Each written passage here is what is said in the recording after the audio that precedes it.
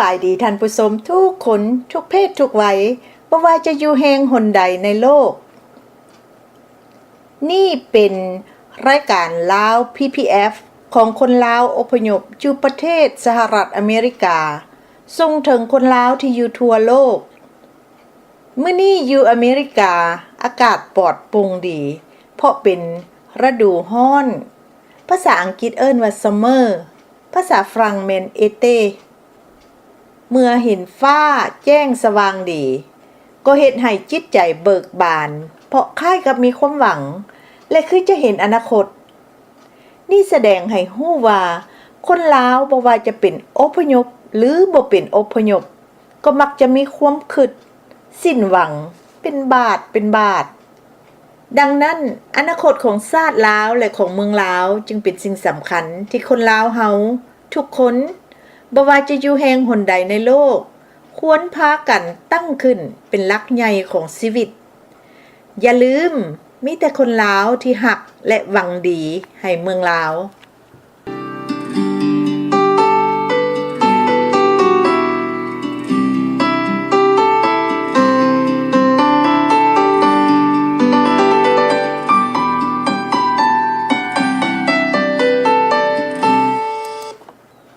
ข้าพเจ้าสีใบสนทนีดีใจหลายที่ได้มาพบท่านผู้ชมอีกแล้วเทื่อนี้เป็นเทื่อที่5มื้อนี้จะมาเว้าตอนที่3ของเรื่องการขึ้นฮอดบ้านและตั้งใจจะให้เป็นตอนสุดท้ายย้อนว่าเวลาของรายการมีจำกัดจำเป็นจะได้เว้าบางตอนเป็นแบบย่อหรืออาจจะขอติดท่านผู้ชมไว้ก่อนแต่ก็บ่ต้องน้อยใจเด้อเพราะทางลาว PPF จะเอาเรื่องที่ได้ติดไว้แต่ละตอนนั้นมาเสนอให้ฟังแบบจุใจพุ่นละนอกจากนั้นลาว PPF ก็จะเอาหลายๆเรื่องบันเทิงมาสลับเปลี่ยนบรรยากาศเพื่อให้ท่านผู้ชมได้เบิกบานสำราญใจนำอีกอย่าลืมส่งข่าวดีนี่ต่อไป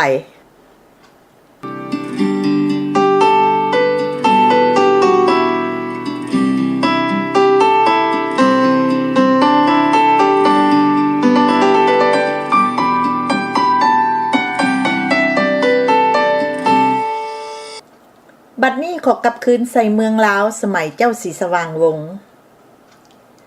ในตอนญี่ปุ่นเข้าคุมอำนาจเมืองลาวนี้เจ้าศรีสว่างวงศ์ก็ได้ประกาศเอกราชลาวออกจากฝรั่งประชาชนลาวก็ฮือฮาขึ้น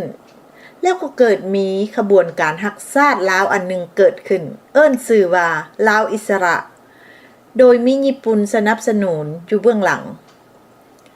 ลาวอิสระเว้าแท้ๆเป็นขบวนการผสมคือมีลาวและมีแก้วเฮ็ดเวียกร่วมกัน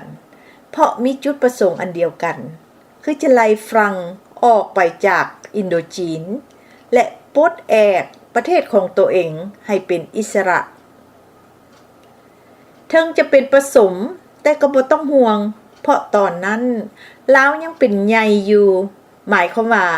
ลาวเป็นผู้นำพาหรือบงการส่วนแก้วมีแต่ปฏิบัติตามผู้ที่กำบังเหียนและควบคุมทุกขั้นตอนของลาวอิสระก็แม่นเจ้าเพชรราชเจ้าวังหน้านั่นเองย้อนดังนี้ประชาชนลาวจึงแห่กันเข้าร่วมเป็นจำนวนหลวงหลาย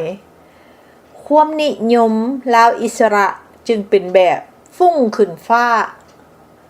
ภาษาอังกฤษเอิ้นว่า Sky Rocket ภาษาฝรั่งแม่น Montée en Flèche นั่นล่ะ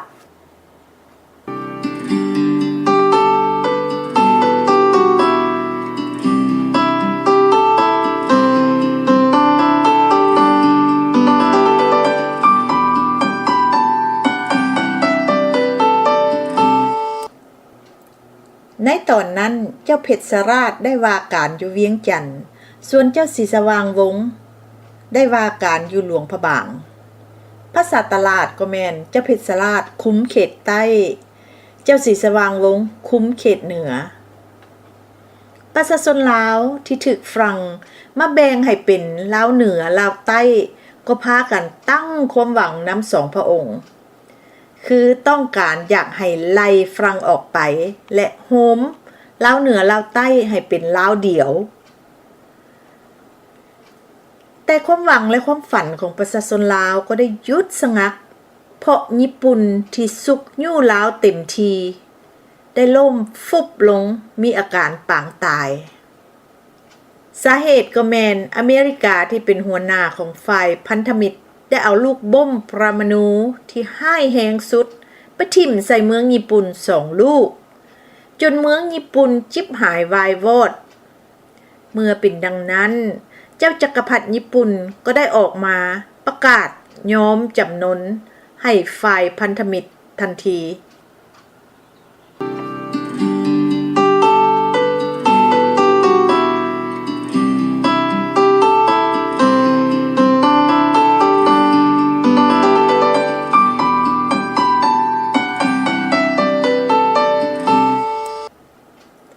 พอญี่ปุ่นยอมแล้วลาวก็เป็นอันตรายใหญ่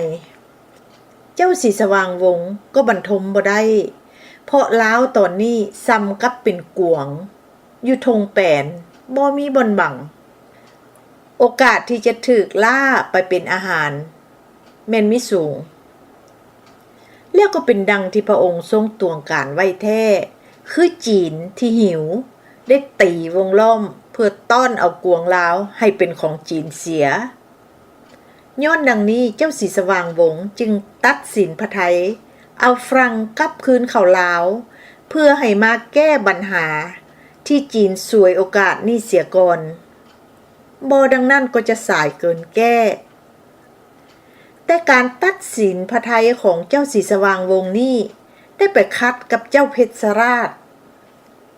เพราะลาวอิสระแมนเด็ดขาดบ่ให้ฝรั่งกลับคืนเข้าดินลาวอีกเว้าให้สั่นเข้าดังนั้นฝรั่งและลาวอิสระก็ได้เฮ็ดศึกตีกันเพื่อให้หู้ดำหู้แดงแล้วก็เป็นดังที่ทุกคนได้หู้แล้วฝรั่งเป็นฝ่ายชนะฝ่ายลาวอิสระก็จำเป็นได้หนีออกไปจากพื้นแผ่นดินลาว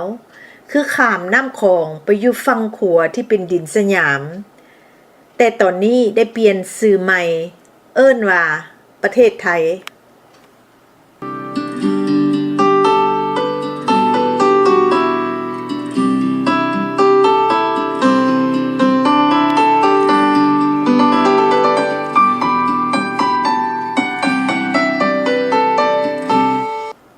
พอตกเดือน5หรือเดือนพฤษภาปีคศ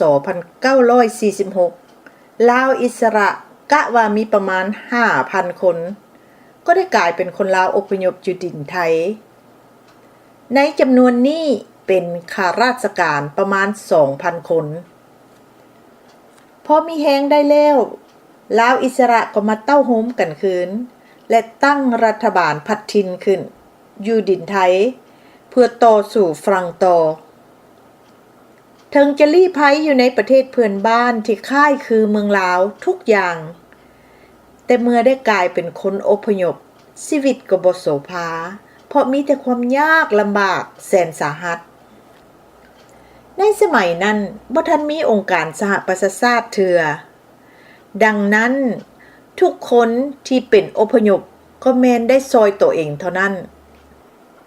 จึงพอเว้าได้ว่าการเป็นคนอพยพพัดถิ่นแม่นถูกทั้งกายพอได้เฮ็ดเวียกที่ใส่เหือแหงหาเลี้ยงชีพประจำวันและถูกทั้งใจที่คิดฮอดเมืองลาวหาอันเปรียบปานบ่ได้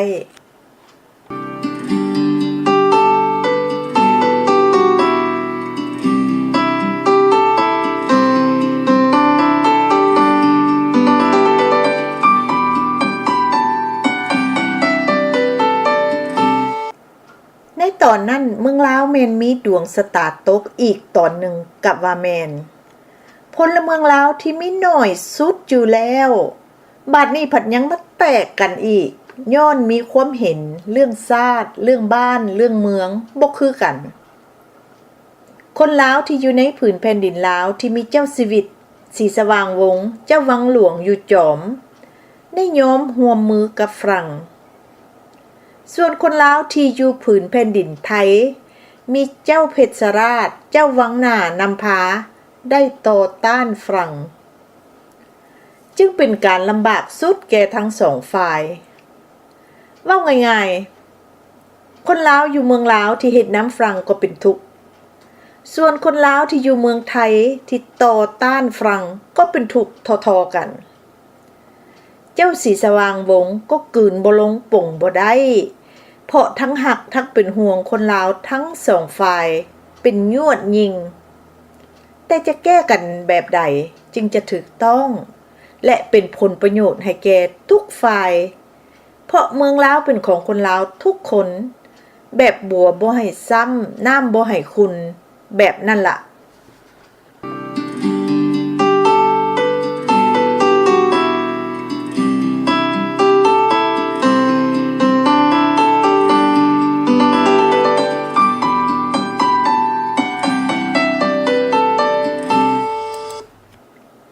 บัดนี้จะเว้าความยุ่งยากที่เกิดขึ้นหลังจากที่คนลาวได้แตกแยกกันแล้ว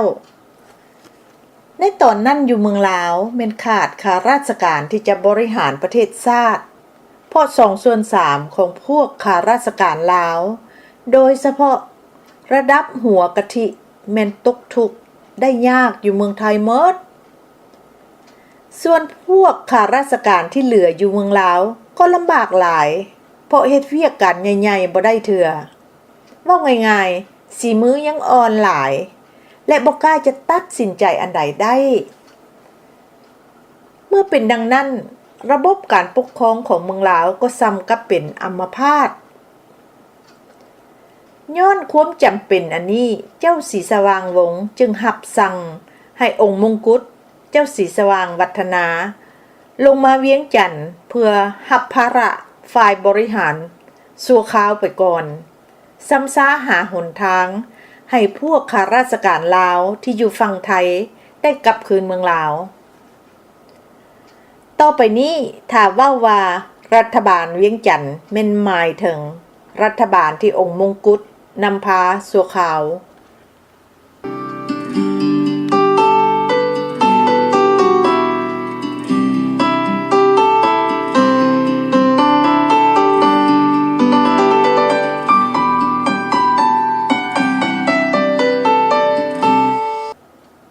เจ้าศรีสว่างวัฒนาก็บ่เคยเกี่ยงปัญหา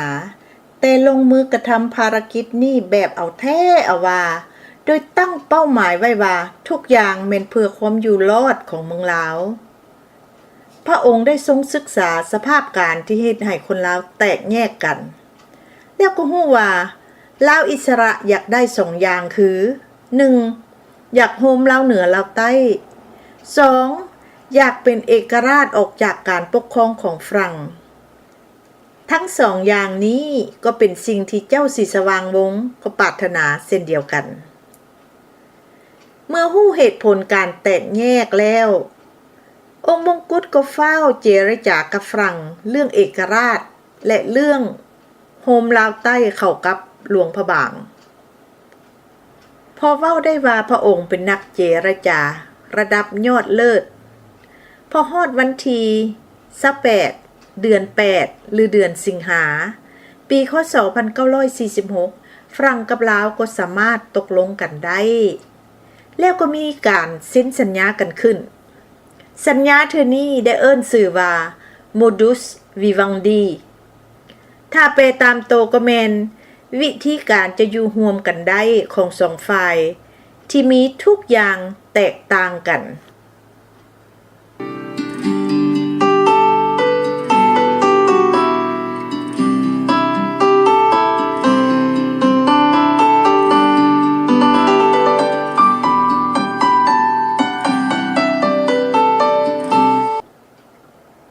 ในสัญญานี้ฝรั่งได้ตกลงให้ลาวเหนือและลาวใต้โฮมเข้ากันนอกนั้นแล้วก็ตกลงให้เอกราชแก่ลาวอีกแต่ย้อนว่ายังมีหลายขั้นตอนที่ทางลาวและทางฝรั่งต้องได้ปฏิบัติให้เรียบร้อยเสียก่อนจะว่าจัดเป็นแบบสัวขาวก็ถูกต้องเพราะตอนนี้ทั้งฝรั่งและลาวก็บ่มีฝ่ายใดเตรียมพร้อมใส่สภาพใหม่นี้เถื่อเมื่อข่าวนี้ดังออกมา คนลาวที่อยู่ในเมืองลาวก็พากันดีใจแต่คนลาวที่อยู่ฝั่งไทยที่มีแก้วห่วมน้ำก็บ่เชื่อว่าจะเป็นความจริงได้รัฐบาลเวียงจันทน์ก็บ่มีเวลาจะอธิบายอันใดเพราะต้องเฝ้าเขียนกฎรัฐธรรมนูญลาวขึ้นเพื่อรับประกันสิทธิให้คนลาวทุกคนได้เสมอภาคกันรัฐธรรมนูญฉบับนี้ได้เขียนจบลงในวันที่10เดือน5หรือเดือนพฤษภาปีคศ1947ใช้เวลาเกือบ2เดือนและได้เขียนเป็นแบบราชาธิปไตยภาษาฝรั่งเอิ้นว่า La monarchie constitutionnelle ภาษาอังกฤษแม่น The constitutional monarchy แปลว่าเจ้าชีวิตเป็นเพียงประมุขของประเทศแต่มีรัฐธรรมนูญเป็นกฎหมายสูงสุดของแผ่นดินถ้าว่าภาษาตลาดก็แม่นถึงจะเป็นเจ้าชีวิตก็ได้อยู่ก้องกฎรัฐธรรมนูญคือกันพอเขียนสำเร็จแล้วมื้อต่อมาวันที่11เจ้าชีวิตศรีสว่างวงศ์ก็ทรงประกาศให้ใช้ได้ทันทีโลดตามพระราชโองการเลขที่57แล้วก็จัดให้มีการเลือกตั้งแบบปอนบัตรขึ้นเป็นเทื่อทำอิฐเพื่อเปิดโอกาสให้ประชาชนลาวได้ใช้สิทธิของพลเมืองลาวเต็มที่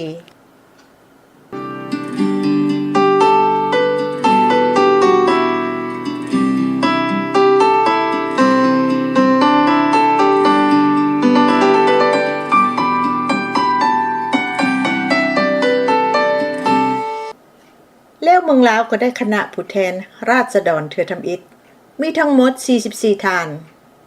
หลังจากนั้นก็มีการตั้งสภาและเลือกเอานายกรัฐมนตรีเพื่อบริหารประเทศเจ้าสุวรรณราชได้เป็นนายกผู้ทำอิฐเมื่อทุกอย่างเข้ารูปแล้วเจ้าศรีสว่างวัฒนาก็เจรจากับฝรั่งเรื่องอยากได้พวกลาวอิสระกลับคืนเมืองลาวเทื่อนี้เจ้าศรีสว่างวัฒนาก็สำเร็จผลอีกเมื่อฝรั่งตกลงมั่นเหมาะแล้วรัฐบาลเวียงจันทน์ก็ฟ้าวทรงผู้ต่างหน้าไปเจรจาลับกับพวกลาวอิสระในวันที่30ของเดือน9หรือเดือนกันยาปีคศ1949เพื่อให้ลาวอิสระมีความเชื่อมั่นทั้งฝรั่งเองก็ซวยคือได้เขียนจดหมายแบบเป็นครึ่งทางการหาพญาคำเม้าที่ตอนนั้นเป็นหัวหน้าของลาวอิสระขอห้องให้กลับคืนเมืองลาวตามดังที่ฝรั่งได้สัญญากับเจ้าศรีสว่างวัฒนานั่นในสัญญานั่นก็แม่นทางฝรั่งจะบ่มีการเอาโทษเอาโพยอันใดนอกจากนั้นฝรั่งก็ยังให้ทุนอีก 80,000 ปียสต์เพื่อขนย้ายพวกลาวอิสระกลับคืนเมืองลาวอีก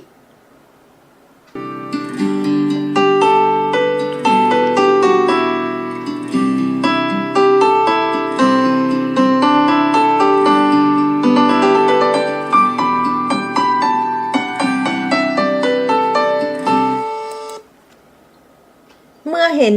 รัฐบาลเวียงจันทน์เดมือให้แล้วทางพญาคำเม้าก็ฮีบเอิ้นพวกลาวอิสระเข้ามาประชุมในเดือนต่อมาวันที่24เดือน10หรือเดือนตุลาผลของการประชุมเทื่อนี้ก็แม่นเกือบหมดได้ตกลงดีใจจะกลับคืนเมืองลาวตามข้อเสนอมาคือให้สมัครใจกลับคืนบ่มีการบีบบังคับอันใดและทุกคนที่กลับคืนก็ให้เอาเกียรติของตัวเองเป็นประกันคือจะกลับคืนมาดีบ่สร้างเรื่องบ่สร้างปัญหาให้แก่รัฐบาลเวียงจันทน์เมื่อเข้าใจกันเป็นเอกฉันท์แล้วหุงเศร้ามื้อต่อมาวันที่25พญาคำเม้าก็ประกาศยุบรัฐบาลลาวพัดถิ่นเป็นทางการแล้วพวกลาวอิสระเกือบทั้งหมดก็พากันกลับคืนเมืองลาวหลังจากที่ได้พัดภาคจากไปเป็นเวลา3 ปีปลายเจ้าเพชรราชก็ทรงกลับคืนคือกันแต่ตามหลังเพราะยังติดภารกิจส่วนตัว ส่วนเจ้าสุภาณวงศ์แม่นบ่เห็นดีกลับคืนลาวและแยกตัวออกไปต่างหากเมื่อพวกลาวอิสระกลับคืนมาแล้วรัฐบาลเวียงจันทน์ก็จัดให้ทุกคนได้กลับคืนเข้าเฮ็ดเวียกราชการคืนคือเก่าทุกอย่างบ่มีการเว้าต้องเรื่องผ่านมาทั้งให้ทุกคนคิดว่านั่นเป็นฝันให้ระยะหนึ่งนับแต่นี้ต่อไปก็ให้ทุกคนพากันตั้งใจสร้างบ้านแปลงเมืองเท่านั้นเมื่อสรุปแล้วก็พอเว้าได้ว่าทุกอย่าง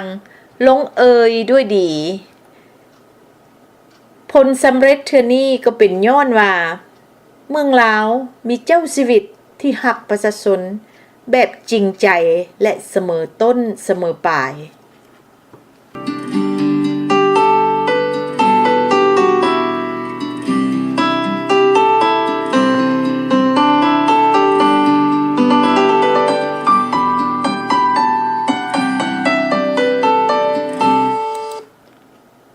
บัดนี้มาเว้าเรื่องการขึ้นฮอดบ้านในสมัยปัจจุบันคิดว่าคนลาวอพยพอยู่อเมริกาคือจะฮู้จักเรื่องนี้ดีการที่ฮู้ดีก็เพราะคนลาวอพยพเว้าเฉพาะผู้ที่เข้ามาอยู่อเมริกาเกือบหมดแม่นเคยเป็นฝ่ายขัวที่ตนหนีออกจากเมืองลาวสุดท้ายมาจึงได้มาตกอยู่อเมริกาในนามเป็นคนอพยพพัดถิ่นขอลีกภัยการเมืองภาษาอังกฤษเอิ้นว่า refugee due to political conflict ภาษาฝรั่งแม่น réfugié en raison d'un conflit politique การที่เอิ้นลี้ภัยการเมืองก็เพราะอยู่เมืองลาวในตอนนั้นแม่นมีการเมืองที่เข้ากันบ่ได้ฝ่ายขัวมักระบอบราชาธิปไตยที่มีเจ้าชีวิตปกครองส่วนฝ่ายซ้ายแนวลาวหรือเดี๋ยวนี้เอิ้นว่าพรรคและรัฐแม่นมักระบอบสังคมนิยมคอมมิวนิสต์สองระบอบนี้ต่างกันเข้ากันบ่ได้และไปนำกันบ่ได้ย้อนเป็นดังนี้คนลาวเฮาจึงได้แตกแยกกัน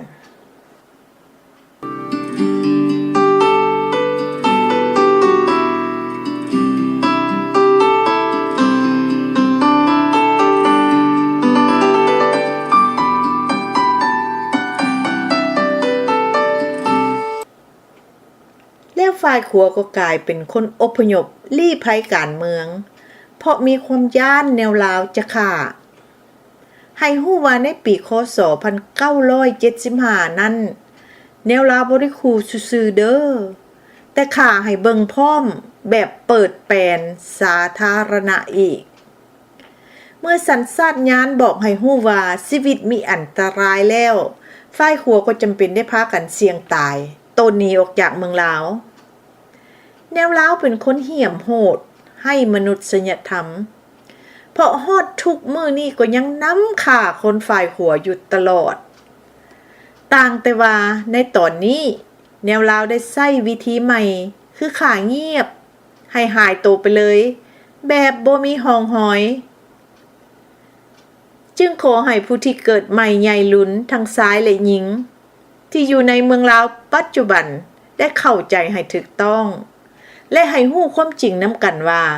คนลาวฝ่ายขัวบ่ได้อยากหนีออกจากเมืองลาวแต่เป็นย้อนแนวลาวหรือพรรคและรัฐไล่ฆ่าจึงได้หนีปะเมืองลาว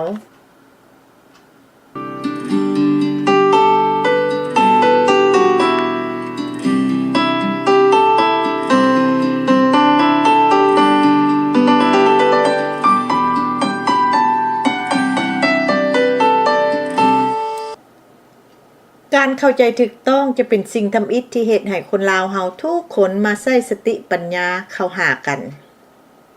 ต่อไปนี้จะเล่าเรื่องจริงเรื่องหนึ่งให้ฟังว่าเป็นหยังการเข้าใจถูกต้องนี่เป็นสิ่งสำคัญสุดในสภาพปัจจุบันเพราะบ่ดังนั้นพวกเฮาก็จะบ่สามารถเว้าจานำกันได้เลยบัดนี้จะขอเล่าเรื่องได้มีคนลาวผู้หนึ่งหนีตายออกจากเมืองลาวแล้วก็ได้กลายเป็นคนอพยพ อยู่ศูนย์อพยพในประเทศที่สองแล้วก็ได้มาอยู่อเมริกาแบบขอลี้ภัยการเมือง เมื่อผู้เกี่ยวได้เหตุการณ์แล้วก็คิดฮอดอ้ายที่หักหลายและยังตกข้างอยู่เมืองลาวตอนจากกันนั้นผู้เป็นอ้ายก็ยังเป็นโสดอยู่ย้อนหักอ้ายหลายนี่ก็ได้แบ่งเงินที่หาได้ด้วยเหือแหงและความยากลำบากนั้นฝากไปให้อ้ายอยู่เมืองลาวเป็นประจำทุกเดือนเมื่ออ้ายได้เงินของน้องชายที่ฝากมาให้บ่ขาดนี่ก็มีชีวิตดีขึ้นคือได้แต่งงานได้ปลุกเหือนและมีลูก5 คนหญิง4ชาย1ทางน้องชายอยู่อเมริกาก็ดีใจนำและมักส่งเงินตืมพิเศษให้อีกเป็นประจำและก็เฮ็ดดังนี้ตลอดเป็นหลายฟ้าหลายปี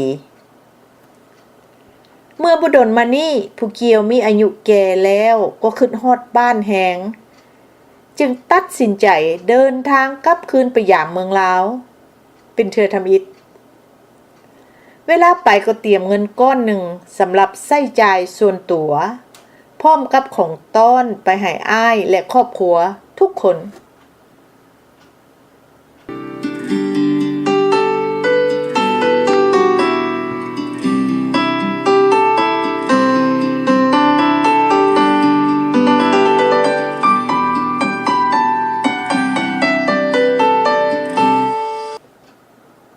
แต่ไปอยู่เมืองลาวบ่ได้ดน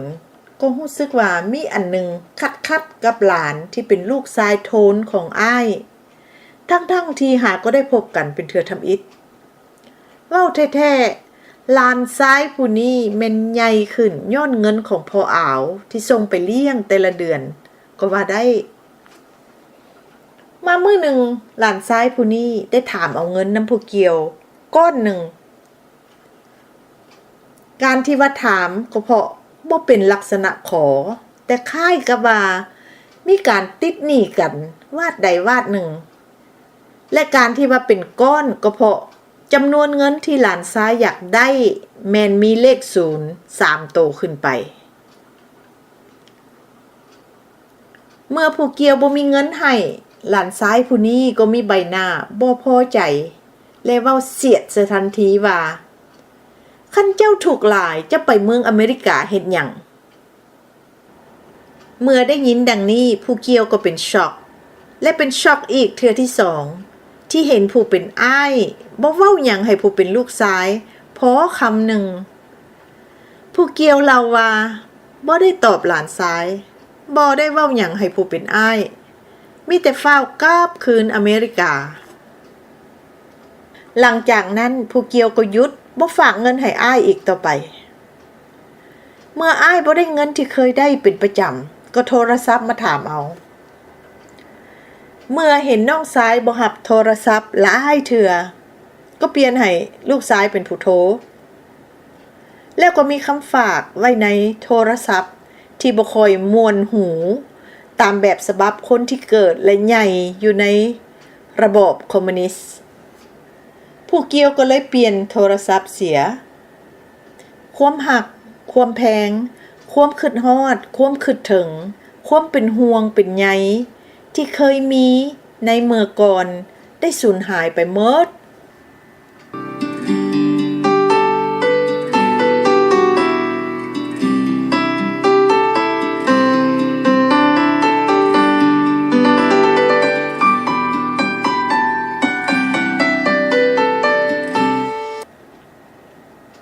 เรื่องนี้เมื่อผู้ใดได้ยินแล้วก็รู้สึก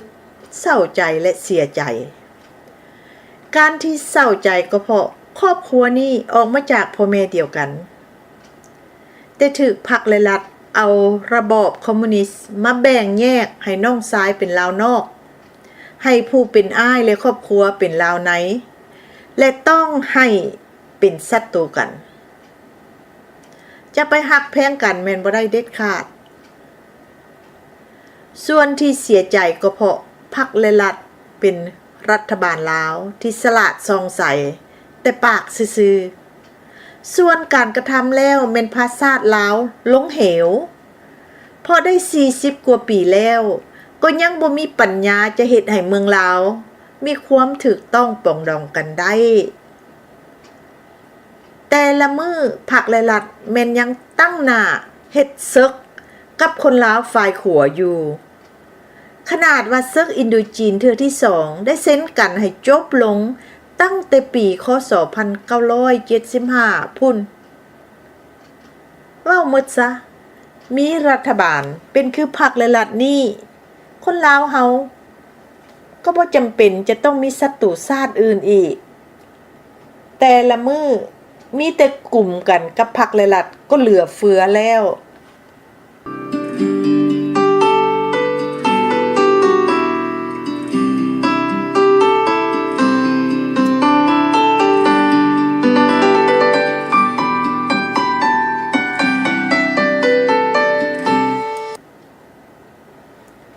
การที่เอาเรื่องนี้มาเว้าให้ฟังบ่แม่นต้องการให้คนลาวนอกและคนลาวในผิดเถียงกันและทิ่มโทษใส่กันแบบเจ้าผิดข่อยถูกแต่ต้องการให้คนลาวเฮาทุกคนได้ฟังและได้ฮู้ปัญหานำกันและมาซอยกันหาทางออกที่ดีให้ทุกฝ่ายเพราะเรื่องแบบนี้ในเวลานี้ได้เกิดมีขึ้นเป็นประจำมีหลายครอบครัวที่เคยหักเคยแพงได้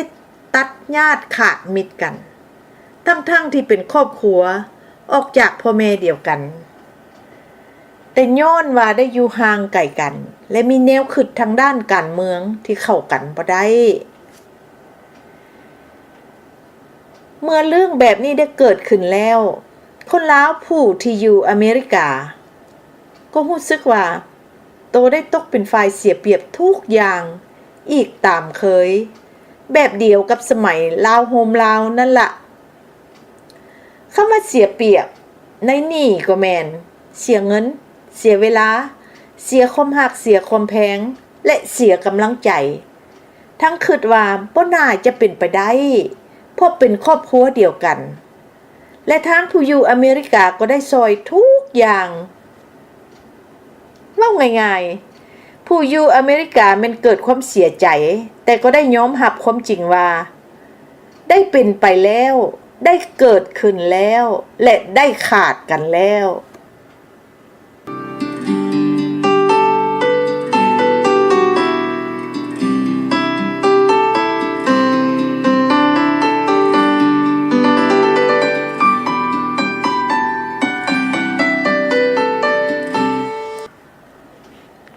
บัดนี้ขอกลับคืนเรื่องการขึ้นฮอดบ้านต่อ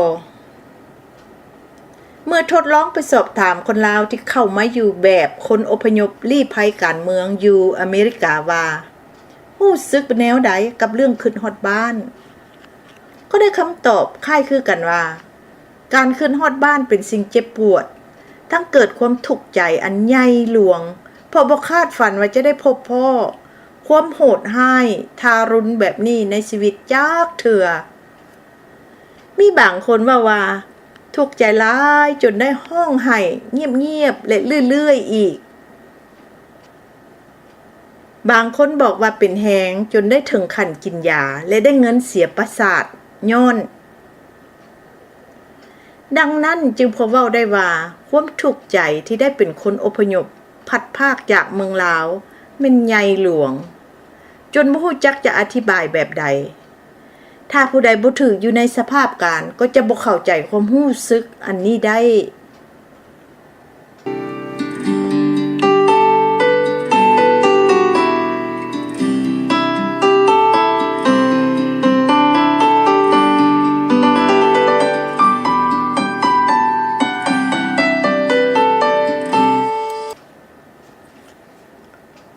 ในตอนนี้มีคนลาวหลายคนที่เข้ามาอยู่อเมริกาแบบครอบครัวประกันเอาบ่ได้ตนหนีเป็นอพยพ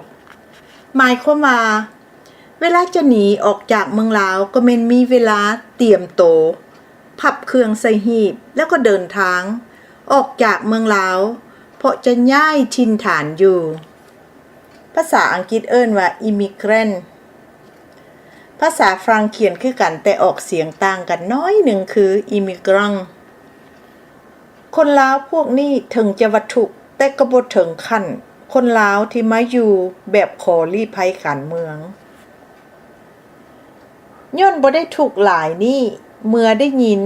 คนลาวที่ได้หนีตายออกมาจมว่าเป็นอพยพนี่ทุกข์ใจหลายคนลาวย้ายถิ่นฐานก็โดดตอบแบบบ่คิดก่อนว่าโอ้ยนี่บ่แม่นเว้าโยกบ่เป็นหยังขึ้นฮอดบ้านซื่อๆก็มีความเจ็บปวดซั่นบ่ไปทุกข์ใจเฮ็ดหยังบ่แม่นคนลาวฝ่ายขัวเจ้าอารมณ์แล้วแอบตัวเองให้อ่อนแอโพดบ่ดังนี้เป็นต้นเมื่อได้ยินแล้วหลายคนก็ว่ารู้สึกเขินและคัด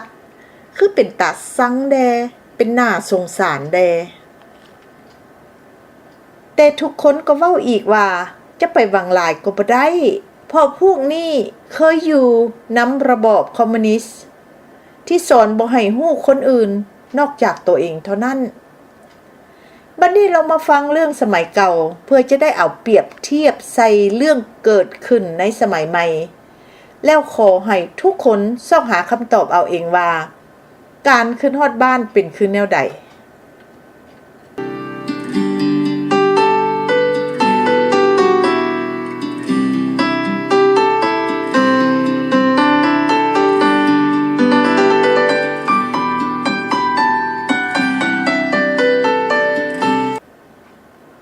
ในสมัยเก่าตอนที่ยังมีเจ้าชีวิตปกครองอยู่คนลาวเฮาก็เคยได้พัดภาคจากเมืองลาวที่เป็นบ้านเกิดเมืองนอนคือกันแต่การพัดภาคนั้นแม่นสมัครใจและเตรียมพร้อมไปคำว่าสมัครใจภาษาอังกฤษแม่น volunteer ภาษาฝรั่งแม่น volontaire ส่วนคำว่าเตรียมพร้อมภาษาอังกฤษแม่น prepare ภาษาฝรั่งแม่น prepareถึกแล้วให้เข้าใจว่าคนลาวที่เดินทางไปต่างประเทศในสมัยยังมีเจ้าชีวิตนั่นแม่นถึกทรงไปบ่แม่นหนีตายไปคือตอนแนวลาวเข้ามาปกครองคำว่าถึกทรงไปและหนีตายไปนี่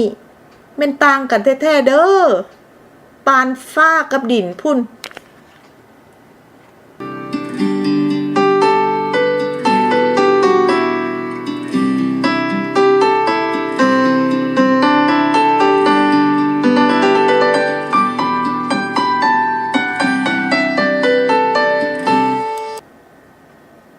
ตอนที่เมืองลาวยังมีเจ้าชีวิตปกครองนั้นคนลาวที่ถูกส่งไปนอกประเทศปกติจะต้องได้ผ่านระเบียบขั้นตอนและเป็นทางการหมายความว่าได้เดินทางไปต่างประเทศในนามประชาชนลาวและมีปึ้มเดินทางจับถือไปปึ้มเดินทางนี่ภาษาอังกฤษเอิ้นว่า passport ออกเสียงเป็นตัวพอส่วนภาษาฝรั่งเขียนคือกันแต่อ่านออกเสียงเป็นตัวปอคือพาสปอร์ตรัฐบาลลาวเป็นผู้ออกปึ้มเดินทางให้ทั้งรับรู้และคุ้มครองพร้อมหมายความว่าถ้าผู้เดินทางเกิดมีปัญหาอันใดอยู่ต่างประเทศรัฐบาลก็จะนำไปแก้ไขซอยและพยายามเอาผู้เกี่ยวกลับคืนมาเมืองลาวย้อนเป็นดังนี้ประชาชนลาวสมัยเก่าจึงมีความเชื่อมั่นและภาคภูมิใจที่ได้เกิดเป็นคนลาวเมื่อเปรียบเทียบใส่ตอนที่คนลาวได้กลายมาเป็นคนอพยพขอลี้ภัยการเมืองก็ต่างกันหลายสิ่งทำอิฐก็แม่นบ่มีคนลาวอพยพผู้ใดได้ถือพาสปอร์ตจากคนตอนเข้าเมืองอเมริกาในตอนนั้นผู้เป็นหัวหน้าครอบครัวได้ถือธงพลาสติกมีเอกสารที่ทางศูนย์อพยพออกให้เท่านั้นส่วนคนลาวที่มาอยู่อเมริกาแบบมีครอบครัวประกันเอาจะถือพาสปอร์ตลาวแต่ก็คือถือซื่อๆเพราะบ่เห็นพรรคและรัฐที่เป็นรัฐบาลลาวมาซอยรับประกันอันใดให้หมายความว่าถ้าผู้เกี่ยวมีเรื่องอยู่ต่างแดนแม่นได้รับผิดชอบเอาเองหมดก็เลยบ่เข้าใจว่าพรรคและรัฐเป็นรัฐบาลแบบใดจึงบ่สนใจความทุกข์สุขของประชาชน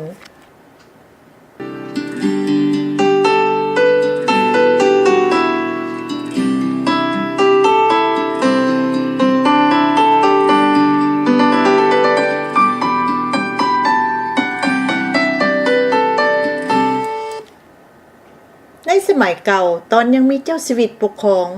คนลาวที่ได้ออกไปนอกประเทศก็มีพวกนักศึกษาที่ไปเรียนต่อซึ่งส่วนใหญ่ก็แม่นพากันไปประเทศฝรั่งแล้วก็มีพวกข้าราชการที่ถูกส่งไปฝึกงานมีอีกจำนวนหนึ่งแม่นไปประจำการหรือไปเฮ็ดเวียกอยู่ต่างประเทศพวกที่ไปเฮ็ดเวียกนี่ส่วนใหญ่ก็จะเป็นเวียกที่เกี่ยวข้องกับเรื่องการทูตคือพวกนี้มีหน้าที่ไปส่งเสริมเมืองลาวไปในทางดีเพื่อให้โลกสากลได้ฮู้จักหรือบอก็แม่นไปเจรจาหรือไปสัมพันธไมตรีกับประเทศอื่นๆทั่วโลกการได้ไปฝึกงานอยู่ต่างประเทศภาษาอังกฤษเอิ้นว่าไปเทรนนิ่งภาษาฝรั่งแม่นentraînement แต่มีหลายคนมักเอิ้นว่าไป stage มีอันนึงให้สังเกตคือคนลาวที่เดินทางไปต่างประเทศทั้งชายและหญิงในสมัยเก่านั้นเกือบหมดแม่นเป็นคนหนุ่มทั้งมีความรู้พร้อมพวกคนหนุ่มนี่จัดได้ว่าเป็นพวกแถวหน้าคือห้าวหันมีสุขภาพดีมีความตั้งใจแข็งแกร่งการออกไปต่างประเทศของพวกนี้แม่นไปแบบมีเป้าหมายหรือมีจุดประสงค์คักแน่แล้วจึงออกเดินทางไปสำคัญสุดแม่นพวกนี้ฮู้มือที่จะได้กลับคืนเมืองลาวตัวอย่างไปเรียน3 ปีไปฝึกงาน6 เดือนไปประจำการ2 ปีดังนี้เป็นต้น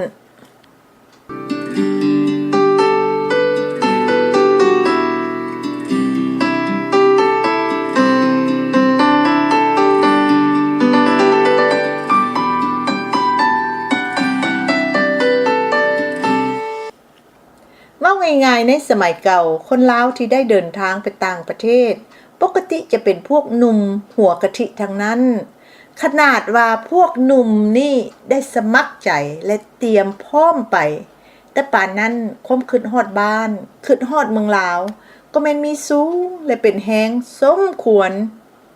ดังจะเล่าเรื่องหนึ่งที่เป็นเรื่องจริงให้ฟังน้อยหนึ่งเรื่องนี้มีอยู่ว่า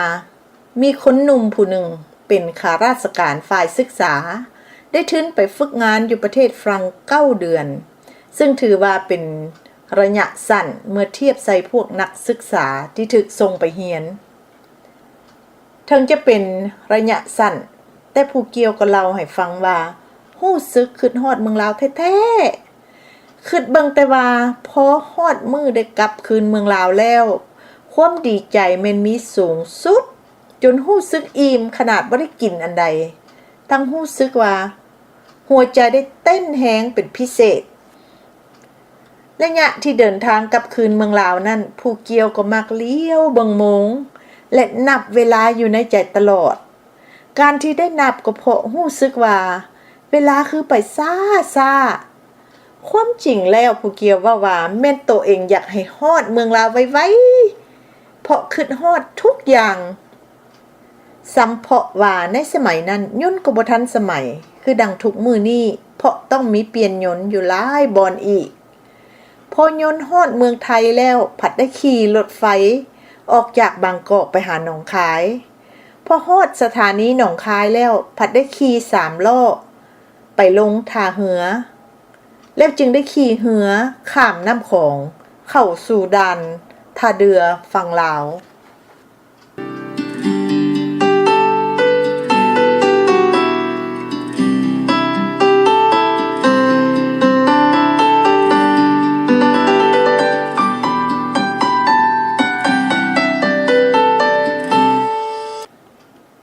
พอบาดตีนได้เหยียบลงผืนแผ่นดินลาวก็รู้สึกว่ามีความสุขใจหาอันเปรียบบ่ได้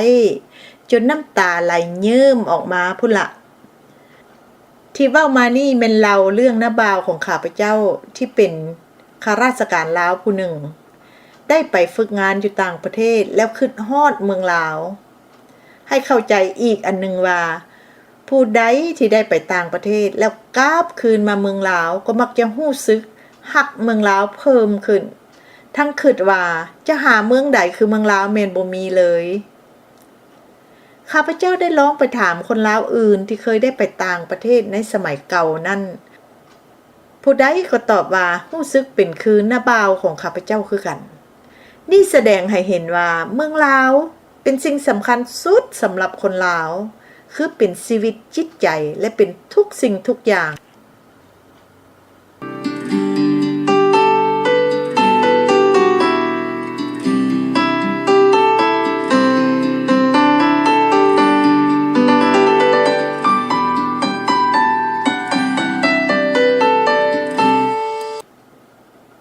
ดังที่ทุกคนฮู้แล้วในปีคศ1975คนลาวเฮาแม่นบ่ถือกันฝ่ายแนวลาวหรือฝ่ายซ้ายที่มักลัทธิคอมมิวนิสต์ได้เอาทหารแก้วเข้ามายึดอำนาจเมืองลาวแล้วก็ค้นล้มฝ่ายขวาที่มีเจ้าชีวิตนำพาเมื่อแนวลาวกำอำนาจได้แล้วก็ปราบและฆ่าล้างแค้นฝ่ายขวาเมื่อฝ่ายขวาทนความโหดร้ายทารุณของแนวลาวบ่ได้ก็ได้พากันแล่นหนีตายออกจากเมืองลาวด้วยความขมขื่นใจที่สุดคนลาวที่หนีตายเพราะย่านถึกแนวลาวฆ่านี่มีทุกเพศทุกวัยและมีทุกแบบคือมีผู้เฒ่ามีผู้หนุ่มมีเด็กน้อยมีผู้ชายมีผู้หญิงนอกนั้นแล้วก็มีทุกระดับคือมีคนหังคนถูกคนฉลาดคนบ่มีความรู้คนเสียองค์เป็นต้นย้อนทุกคนได้หนีตายกระทันหันและบ่มีเวลาเตรียมอันใดทั้งได้ดึงได้ลากเอากันแบบให้รอดชีวิตในทันทีนั้นทุกคนก็จึงได้แต่ส่งกับเสือติดเนื้อคาคิงเท่านั้น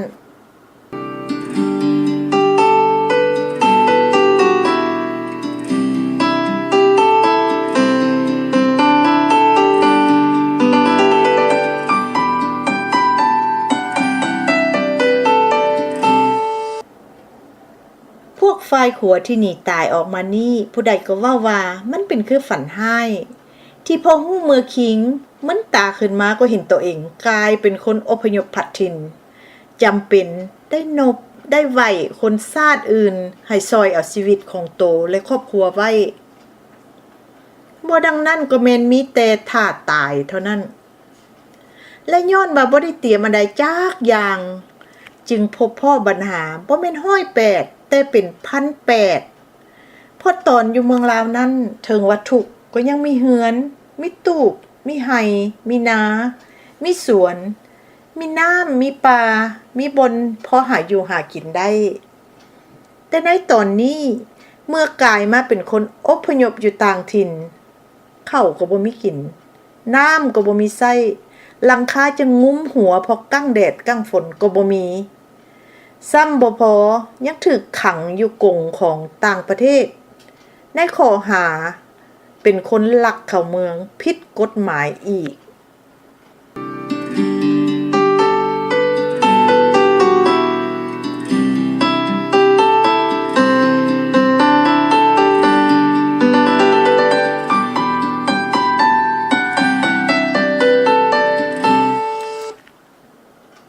คนลาวผู้ที่รอดตายตอนตนหนีออกจากเมืองลาว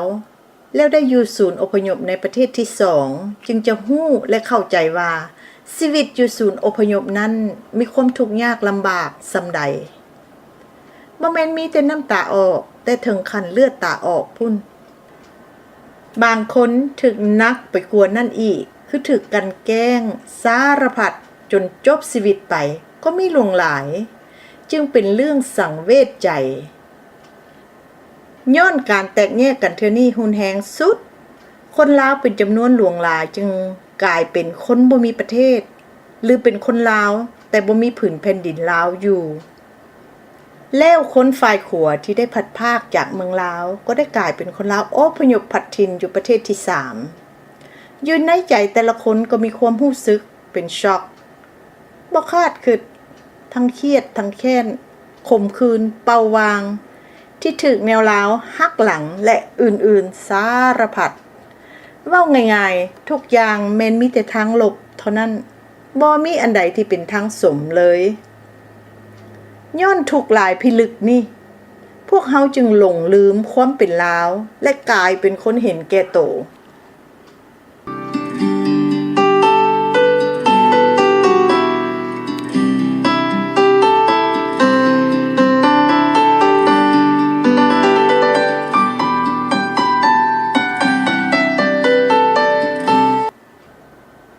ต่อจากนั้นคนลาวฝ่ายขัวก็ได้เริ่มชีวิตใหม่ในประเทศที่3แล้วก็พบพ่อบาดนี้บ่แม่น1,800แต่เป็น18,000ปัญหาคือทุกคนได้เรียนใหม่หมดและทุกอย่างอีกนับแต่การปากการเว้าขึ้นไปตัวอย่างได้เรียนภาษาอังกฤษได้เรียนขับรถเรียนเฮ็ดเวียกและเรียนวิชาอาชีพอื่นๆที่จะให้มีชีวิตรอดตายได้และอยู่ในประเทศที่3นี้คนลาวอพยพก็แม่นได้เอาชีวิตฝากไว้กับความเมตตาสงสารของคนชาติอื่นอีกทั้งเริ่มชีวิตใหม่แบบลบศูนย์พุ่นเวลามีความทุกข์ยากลำบากแสนสาหัสพวกเฮาก็คิดฮอดคำเว้าของพ่อแม่ลาวที่เคยสอนลูกหลานว่าชีวิตคือการต่อสู้ศัตรูเป็นยากำลังใจและก็บ่จำเป็นจะต้องอธิบายเนาะว่าศัตรูที่เป็นยากำลังใจของพวกเราอพยพแม่นไผ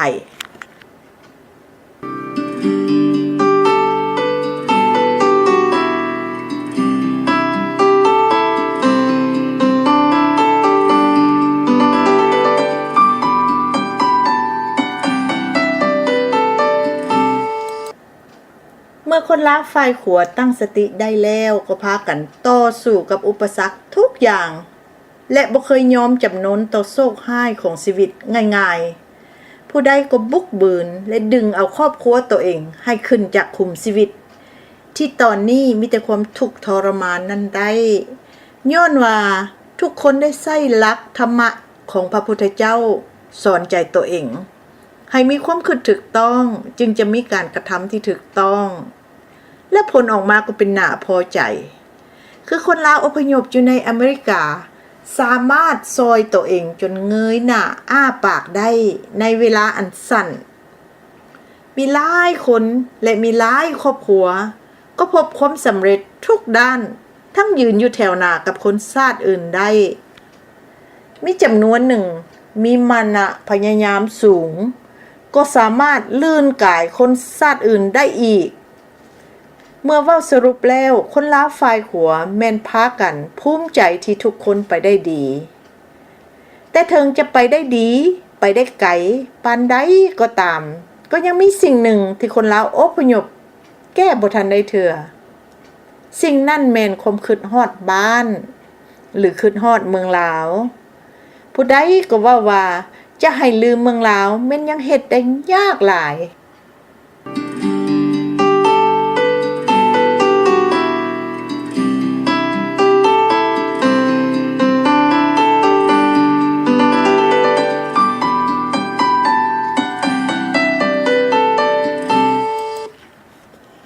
การที่ลืมเมืองลาวบ่ได้เทื่อก็เพราะคนลาวถูกสอนให้ฮักเมืองลาวและบ่ให้ปะเมืองลาวเพราะนั่นเป็นชีวิตจิตใจของคนลาวบรรพบุรุษลาวเพิ่นได้สอนให้ทุกคนฮักเมืองลาวแบบบริสุทธิ์ใจเมื่อเป็นดังนี้จึงเป็นของธรรมดาที่คนลาวถึงจะขมเครียดและซังแนวลาวสุดขีดในหัวใจแต่พอเว้าฮอดต้องเมืองลาวแล้วก็มีจิตใจอ่อนโยนลงกาลเวลาได้ซอยให้คนลาวอพยพกลับคืนเป็นคนลาวแบบดั้งเดิมคือเป็นคนพุทธ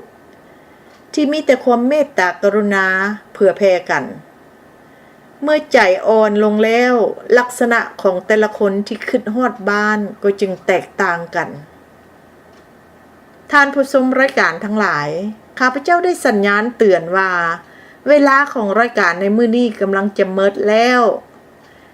จึงขอเล็งเพื่อจะสรุปหัวข้อการขึ้นฮอดบ้านหรือการขึ้นฮอดเมืองลาวที่ได้เว้าไปใน3ตอนผ่านมานี้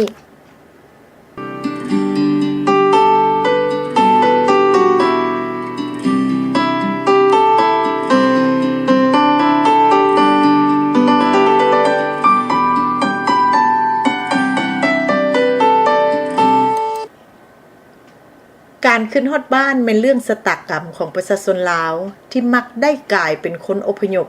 ย้อนศึกที่เกิดขึ้นในเมืองลาวเป็นประจำการที่มักมีศึกก็เพราะเมืองลาวบ่มีความเที่ยงมั่น และปัญหาอันนี้ก็ยังบ่มีหนทางแก้ไขได้เทื่อถ้าแก้ได้ก็คิดว่าคือจะมีความยากลำบากหลายการที่เว้าดังนี้ก็ย้อนว่าเมืองลาวเฮามีประชาชนน้อยแต่มีผืนแผ่นดินใหญ่มีทรัพย์สมบัติในดินมีสินในน้ำล่วงหลายและสำคัญสุดแม่นเมืองลาวมีเพื่อนบ้านที่หิวอยู่เรื่อยๆพวกนี้จึงต้องการจะกลืนกินเมืองลาวและต้องกินให้ได้อีกหมายความว่าเมืองลาวต้องได้ระวังตัวแจผ่านมาในอดีตเจ้าชีวิตแต่ละองค์ก็ประสบพบพ่อปัญหานี้อยู่ตลอด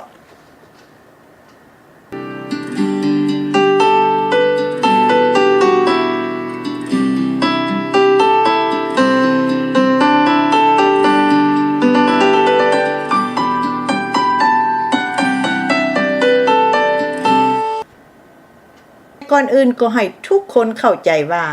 ตอนที่ฝรั่งเข้ามาเมืองลาวบ่ได้มีการฆ่าการตีเอาเพราะความจริงแล้วแม่นเจ้าชีวิตลาวและประชาชนลาวตกลงเห็นดีเอาฝรั่งเข้ามาย้อนสาเหตุที่พวกพื้นบ้านได้เข้ามาข่มเหงเข้ามาทำลายจนเมืองลาวพบความจิบหายวายวอดให้เข้าใจอีกว่าในสมัยเก่านั้นคนลาวได้เห็นว่าการที่อยู่ก้องฝรั่งหู้สึกไขก่อนอยู่ก้องเจ็กอยู่ก้องแก้วหรืออยู่ก้องสยามที่เป็นพวกเพื่อนบ้านนี่เป็นความจริงที่แนวลาวบายเบียงบ่หับหู้โดยถิ่มให้ใส่แต่ทางเจ้าชีวิตว่าไปเอาฝรั่งเข้ามาเพราะอยากเป็นขี้ข้าฝรั่งแนวลาวบ่กล้าเว้าโตให้จบว่าเป็นย้อนแก้วห่วมหัวกับเจ็กมาจูดเล้าเผาไหม้เมืองหลวงพระบางจนวอดวายที่เป็นสาเหตุเฮ็ดให้เจ้าชีวิตลาวได้ตัดสินพระไทยเอาฝรั่งเข้ามาคุ้มครองลาว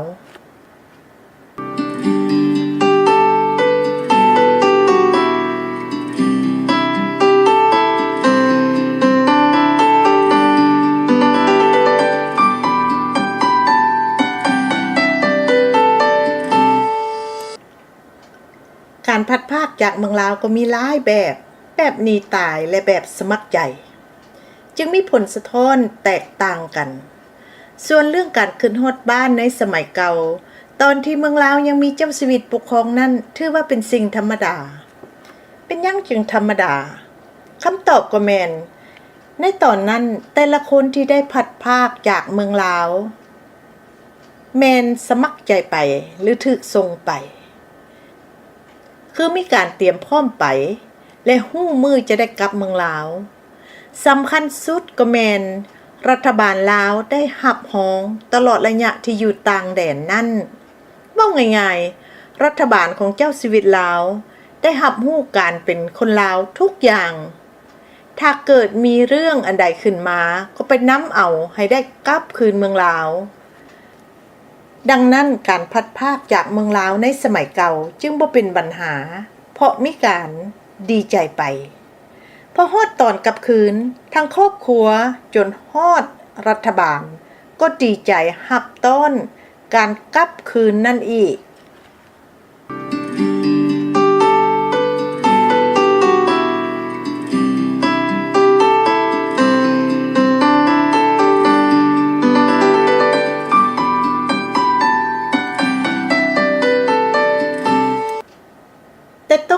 สมัยแนวลาวเข้ามาปกครองเมืองลาวเริ่มแต่ปีคศ1975เป็นต้นมาการพัดพากจากเมืองลาวเป็นไปด้วยความจำใจย้อนย่านตายถ้าจะเว้าให้ถึกแท้แม่นถึกไล่ฆ่าให้หนีออกไปและจนฮอดทุกมื้อนี้แนวลาวหรือพรรคหลายรัฐที่เป็นรัฐบาลก็บ่มีตอนใดที่แสดงให้เห็นว่าดีใจรับต้อนเอาพวกลาวอพยพกลับคืนเมืองลาวแต่อย่างใดกงกันข้ามพรรคหลายรัฐได้เฮ็ดทุกวิธีบ่ให้พวกลาวอพยพได้กลับคืนมาเป็นคนลาวอีกซ้ำบ่พอพรรคหลายรัฐยังไปส่งเสริมเอาคนชาติอื่นมาเป็นคนลาวแท นคนลาวแท้ๆที่เป็นอพยพจุดต่างแดนเรียบร้อยแล้ว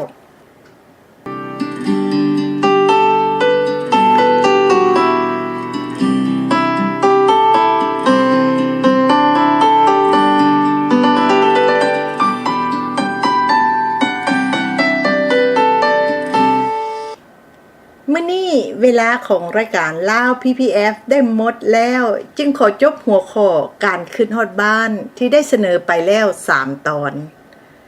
อย่าลืมติดตามรายการลาว PPF ที่ให้ข้อมูลและเสนอเรื่องจริงที่เกิดขึ้นกับชาติลาวและเมืองลาวข้าพเจ้า4ใบสุนทนีโฆษกรายการลาว PPF จึงขออำลาท่านผู้ชมทุกคนทุกเพศทุกวัยบ่ว่าจะอยู่แห่งหนใดในโลกขอขอบใจทุกคนลาก่อน Au revoir et goodbye